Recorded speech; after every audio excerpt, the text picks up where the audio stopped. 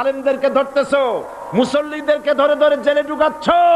সময় আসবে এমন ইন্দুরের গর্ত অপমান পালাবার জন্য।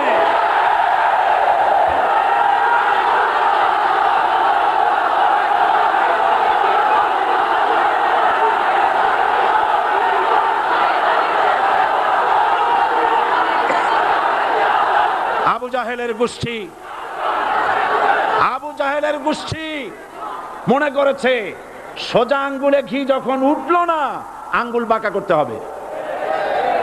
শুরু হয়ে গেল অত্যাচার, শুরু হয়েছে না? হযরত সুমাইয়া রাদিয়াল্লাহু তাআলা আনহা কি নির্মম ভাবে, নিষ্ঠুর ভাবে তাকে শহীদ করা হলো।